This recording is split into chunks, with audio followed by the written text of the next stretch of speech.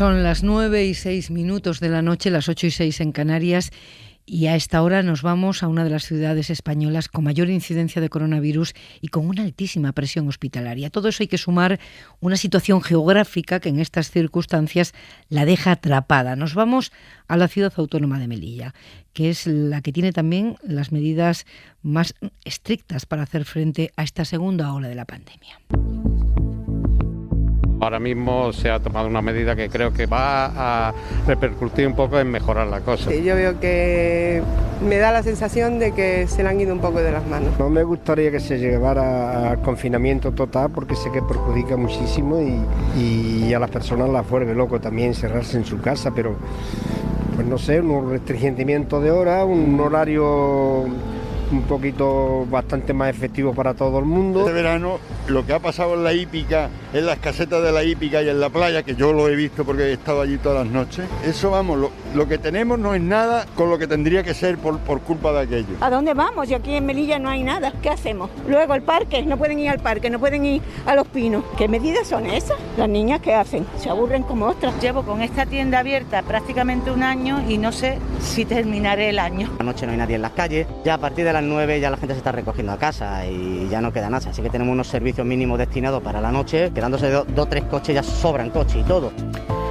Taxistas, comerciantes, familias, ciudadanos que opinaban así estos días de la situación en Melilla y de las medidas que se han adoptado para frenar los contagios. Radio Melilla, Toñi Ramos, buenas noches. Hola, buenas noches, Pepa. En las últimas 24 horas, Toñi, Melilla ha sumado 50 nuevos casos de COVID y la cifra total de casos activos ahora mismo ha bajado ligeramente después de varios días, oscilando por encima de los 1.800. Ojo, 1.800 casos, ahora tiene 1.789 personas contagiadas, pero hablamos de una ciudad de 80.000 habitantes. Exactamente, y en 12 kilómetros cuadrados. Ahora mismo hay 46 personas hospitalizadas, una menos que ayer. 7 de ellas están en la UCI. Hay 12 camas UCI y comentan que quieren alcanzar hasta 17 en los próximos días. Las UCIs, precisamente, que han estado ocupadas al 70% por casos de COVID. Y como afirman los sanitarios, no se ha llegado a la saturación porque la gente ha fallecido. De las 28 muertes, 26 eran de pacientes en la UCI. ¿Pero por qué las sanidad cojea? Porque solo tenemos un hospital, el Hospital Comarcal, que ya está vetusto, con solo 165 camas y esas 12 UCI. En caso de necesidad, los enfermos son trasladados en temporada, en tiempos normales, en una avioneta medicalizada al Hospital de Málaga. Concretamente ahora, en tiempo de pandemia, hay 4 enfermos trasladados al Hospital de Almería, al Torre Cárdenas. Y ahora mismo, pues de esas 165 camas, 46 están ocupadas por paciente con COVID. Esa es la situación de la incidencia del virus y sobre todo de la presión hospitalaria en una ciudad que, como decíamos, está geográficamente atrapada. Y no será porque los ciudadanos de Melilla no estén sometidos a restricciones duras, de las más duras de España, Toñi. Exactamente, porque por una parte la ciudad está confinada perimetralmente, es decir, todos los pasos fronterizos con Marruecos están cerrados, por lo tanto somos una isla dentro de un continente. Hay toque de queda a partir de las 10 de la noche hasta las 6 de la mañana. Está cerrada toda la hostelería desde hace 2 semanas, cierre que se prolongó otros 15 días este pasado domingo. Cerrados todos los locales de juego y apuestas, reducción en horarios comerciales, restricciones a mercadillos. También cerrados museos y salas de exposiciones, reuniones máximo de 3 personas en espacios públicos, salvo convivientes. Esta es la situación, una situación realmente severa de restricciones la que tienen los ciudadanos de Melilla. Toñi, gracias, buenas noches. Buenas noches, gracias. Vamos a saludar ahora a Mohamed Mohand, que es consejero de Salud Pública de Melilla. Consejero de Salud Pública y no de Sanidad, porque la sanidad es competencia estatal, no está transferida a la ciudad autónoma. Consejero, buenas noches. Buenas noches, ¿qué tal? ¿Qué está ocurriendo en la ciudad autónoma? ¿Por qué esta incidencia tan alta del virus? Bueno, una incidencia efectivamente de las más altas del país, aunque ahora se ha empezado a corregir la tendencia, afortunadamente. Bueno, esto tiene su razón en distintos momentos, es decir, aquí la primera oleada es verdad que entró de forma muy ligera en la ciudad de Melilla, apenas tuvimos incidencia del virus. Los primeros meses de la pandemia prácticamente no tuvimos incidencia y, sin embargo, después del verano, más bien a finales de agosto, empieza a azotarnos con la severidad con la que lo ha hecho. Ciertamente, en la ciudad hemos empezado las medidas más tarde que en el conjunto del territorio nacional, porque aquí, las medidas que salieron de un Consejo Interterritorial para el conjunto del país, aquí no se pudieron aplicar porque la orden que emitía esas medidas no fueron ratificadas judicialmente, ¿no? Ya. Lo más peligroso es la presión hospitalaria. La ministra de Defensa, Margarita Robles, se mostraba dispuesta a mandar el buque Hospital Galicia a Melilla, si ustedes lo consideran necesario. ¿Lo consideran necesario? Consideramos necesario, de todas las maneras, incrementar nuestra capacidad asistencial. Aunque hayamos corregido, gracias a unas medidas, como bien apuntabais, considerablemente severas, hemos corregido esa tendencia en cuanto al incremento del número de casos. La presión asistencial, la presión en el hospital de Melilla sigue siendo crucial, nos preocupa mucho continuamente y ahora mismo nos centramos en eso, en mejorar e incrementar la capacidad asistencial. Uno de los instrumentos con los que podríamos contar es ese buque medicalizado, el buque Galicia, que estuvo en nuestra ciudad en la primera ola de la pandemia y ahora ha sido solicitado nuevamente por parte del presidente de la ciudad. ¿Y hay alguna otra alternativa en la propia ciudad para ampliar las plazas disponibles, las plazas sanitarias, o para descongestionar un poco el hospital? Ahora mismo, de hecho, es en ese sentido en el que nos encontramos trabajando. Independientemente de la posibilidad de la llegada del buque o incluso de medicalizar alguna instalación de las que teníamos previstas, dígase cualquiera de los hoteles de la ciudad, independientemente de eso, nos encontramos trabajando en poder instalar un hospital por módulos que nos permita, por lo que le venía diciendo, incrementar notablemente la capacidad asistencial. Ahora mismo nos encontramos en ese sentido, implementar, ampliar con instalaciones hospitalarias por módulo las actuales instalaciones del Hospital Comarcal. El presidente de Melilla, Eduardo de Castro, fue el primer dirigente en solicitar un confinamiento domiciliario para su territorio. El Ministerio de Sanidad no lo consideró oportuno. ¿Cómo están las cosas ahora? ¿Siguen pensando ustedes necesario un confinamiento en casa o empiezan a notar, como me contaba, los efectos de las medidas que están en marcha y no lo creen necesario? Bueno, nosotros lo que defendimos, y lo pidió el presidente de la ciudad, y yo lo defendí en el seno del Consejo Interterritorial, era un confinamiento domiciliario, pero no en su máxima expresión, sino permitiendo pues esa actividad física y deportiva, esos paseos de los pequeños, de los mayores, porque sabemos también de de los inconvenientes, ¿no?, que genera el confinamiento domiciliario tal y como lo vivimos en los meses de marzo, abril y mayo, ¿no? Por eso pedimos esa pequeña flexibilidad en cuanto al confinamiento. Hoy día seguimos pensando que es la herramienta que nos permite frenar en seco la transmisión. Actualmente, con las medidas que hemos implantado, es cierto que hemos notado bien un cambio en la tendencia, empiezan a bajar el número de contagiados, empieza a decrecer la incidencia acumulada, pero es cierto que eso es mucho más lento que bien un confinamiento domiciliario, como hemos solicitado regiones, pues les digo, ¿no?, Asturias, Castilla y León o Melilla.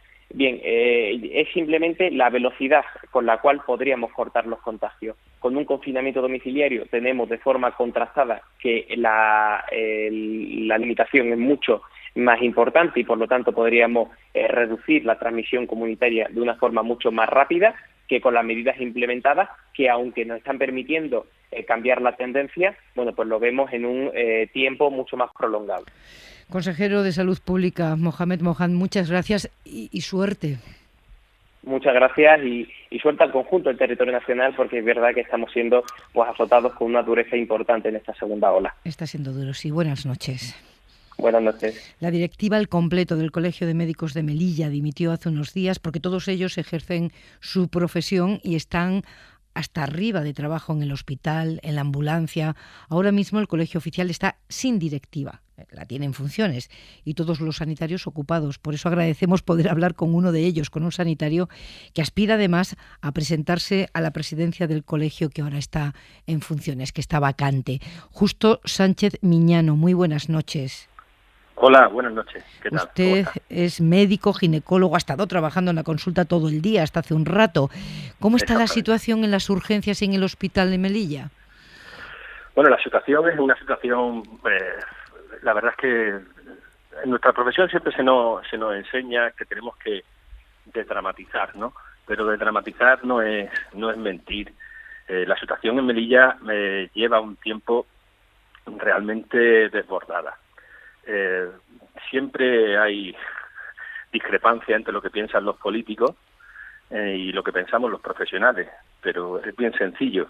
Los profesionales sabemos de lo que hablamos y estamos donde estamos trabajando, y los políticos muchas veces no saben de lo que hablan, encima no escuchan y luego no ni siquiera tienen la mínima sensibilidad para acercarse y ver lo que está pasando realmente en nuestra ciudad y en el hospital Comarcal. Le noto un poco enfadado. Cuéntenos qué está pasando exactamente. Hombre, llevamos un tiempo desbordado. Mis compañeros de urgencia, de medicina interna, de UCI, tendría usted que verlos pasear por los pasillos del hospital.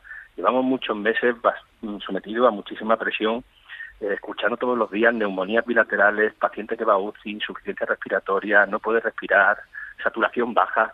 Eso mina la moral de cualquiera, por mucho que le guste su profesión. Y lo que nos quejamos los profesionales de la rama sanitaria es que no se nos escucha. Bueno, en general yo creo que la clase política no escucha a los que saben de las materias, de la materia que se trate. Pero en este caso podemos decirlo, y no me equivoco, porque hablo con mis compañeros a diario, que evidentemente no se nos ha escuchado. Nosotros pedimos hace tiempo confinamientos selectivos en los barrios o en las zonas de la ciudad donde más alta tasa de positivos había, y no se nos ha hecho caso. ¿Se refiere a confinamiento domiciliario? Sí, confinamiento domiciliario selectivos en determinadas zonas, sí. No solamente no se nos ha hecho caso, sino que además, en el momento que lo presentamos, hace ya 2 meses, poco más que nos dijeron alarmistas y que se nos rieron en nuestra cara porque la situación estaba francamente controlada. También pedimos que nosotros estamos aislados, como estamos aislados, pedimos no que cerraran puerto y aeropuerto, pero sí que se hiciera un control de la gente que entraba. Lo teníamos relativamente fácil. Pues no se buscó los argumentos legales ni la fuerza legal para poder hacerlo. A lo mejor si los aeropuertos si el aeropuerto y el puerto hubieran estado controlados del verano, quizá la tasa de positivos ahora mismo estaría más baja.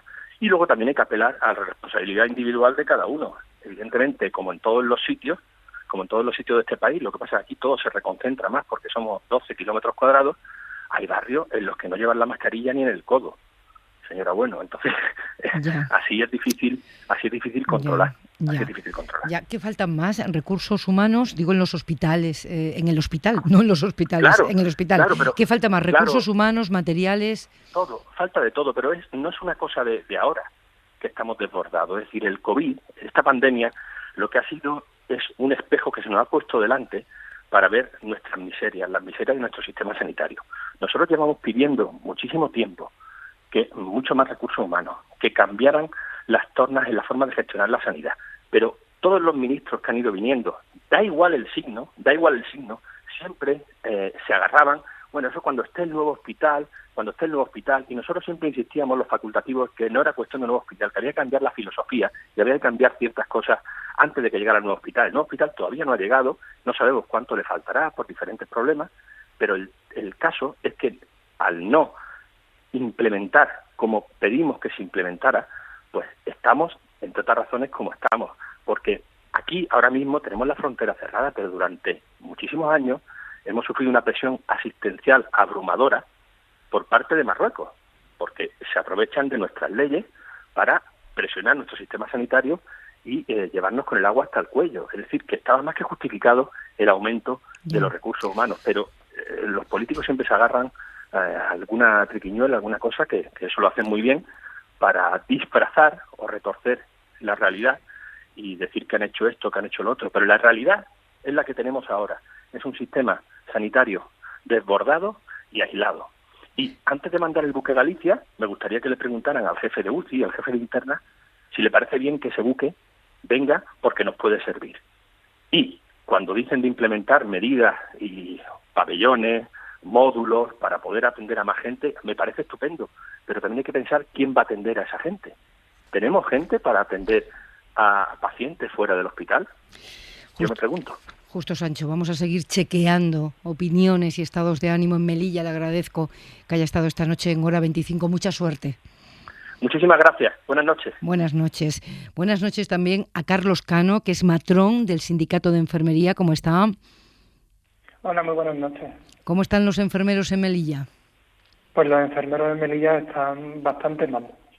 Estaba escuchando a mi compañero, además ginecólogo, conozco bastante bien, a Justo, y obviamente ratifico todas sus palabras y bueno, la situación de la enfermería en Melilla es simplemente, pues, como ha dicho Justo, un reflejo de lo que viene padeciendo nuestro sistema sanitario desde hace años. Ya demostramos en el año 2017 que Melilla padecía un déficit de 153 profesionales de enfermería, a un estudio que realizó la Universidad de Jaén en todo el territorio nacional. Obviamente la administración nos suele escuchar bastante poco, puesto que están muy lejos los gestores de Ingesa que están en Madrid. ¿Y qué está pasando ahora? ¿Qué está pasando ahora, Carlos? ¿Qué está pasando en este momento con esta incidencia del COVID? Lo que está pasando es que no hay personal suficiente para cubrir los servicios especiales, en este caso el servicio de cuidados intensivos. No tenemos enfermeros especializados en la prestación de estos cuidados.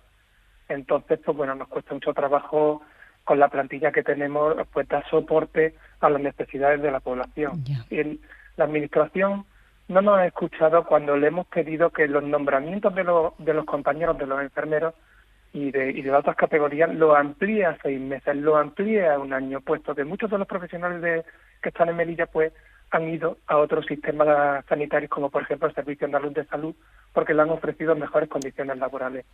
Otros servicios de salud se han blindado en este sentido, Ingesa no lo ha hecho, y esto supone que en una ciudad como la nuestra, donde tenemos un hospital y donde tenemos una facultad de enfermería, no cubre las necesidades, las demandas de profesionales sanitarios sin pandemia, pues con pandemia muchísimo menos. Muy claro, Carlos Cano, muchas gracias, buenas noches. Buenas noches a vosotros. Miramos ahora a las escuelas de Melilla con Sergio Ramírez, buenas noches. Buenas noches, Pepa. Que es docente y vicepresidente de CESIF. Un placer para nosotros. Un placer escucharte. ¿Cómo está yendo el curso? El curso difícil, muy difícil, porque la situación de Melilla es muy difícil, es crítica, es una situación muy crítica. Ya te han dicho los compañeros de Melilla cómo está. Y aquí, por ejemplo, las ratios eran las más altas antes de la pandemia, las ratios eran muy altas en Melilla, las más altas de toda España. El fracaso escolar es más alto de España. También había una sensación de dejadez por parte de los compañeros que tenían, decían que la administración, ¿dónde está la administración?, que nos ha dejado abandonados, tal. Y esto, la pandemia lo ha aumentado todavía más. ¿Pero se están cumpliendo en los colegios las medidas de seguridad sanitaria? Sí, ¿no? Sí se están cumpliendo. Hay un protocolo, por ejemplo, el protocolo de cuando da un compañero positivo y un niño positivo, ahí hay que afinar más. Pero después sí es verdad que en los colegios pues se están llevando las mascarillas obligatorias en primaria, en infantil es recomendable, pero lo están llevando también, los 2 metros, los lavados de manos, hasta las sombrillas, y a entrar a Pepa se le toma la temperatura a los niños. Lo que pasa es que es cierto que la situación es crítica en Melilla y hay mucha dejadez por parte de la administración. Sergio, y las clases son presenciales, es importante, ¿verdad? Sí. Es importante que los niños sigan yendo al cole. Sí, es importante, pero vamos, hemos tenido que meter 2 turnos, porque las ratios están elevadas que hay 2 turnos. Las clases, para que te comento que las clases van la mitad a un horario y la otra mitad a otro horario, porque las ratios son tan elevadas en Melilla que no hemos podido hacerlo de otra manera. ¿Y cuántos niños hay por clase? ¿Cuántos niños hay por clase? Pues hay 33, 35 niños. ¿Pero ahora con COVID? Ahora la mitad. La mitad, están divididos. 16, 15, según los que haya. ¿Y estáis teniendo incidencia del virus? ¿Estáis teniendo incidencia del virus en clases?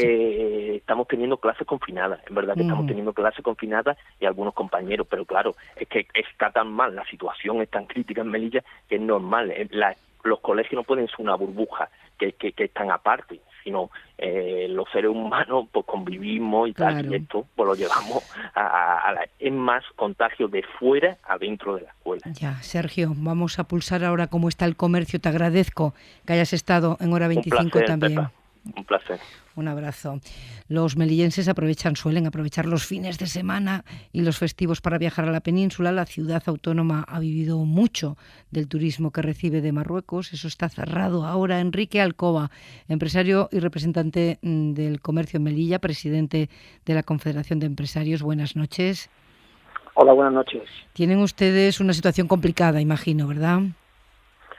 El escenario que se nos presenta pues bastante complejo. Hay que tener en cuenta que Melilla pues siempre ha vivido pues de cara a Marruecos toda la vida, tanto ha sido un poco recíproco.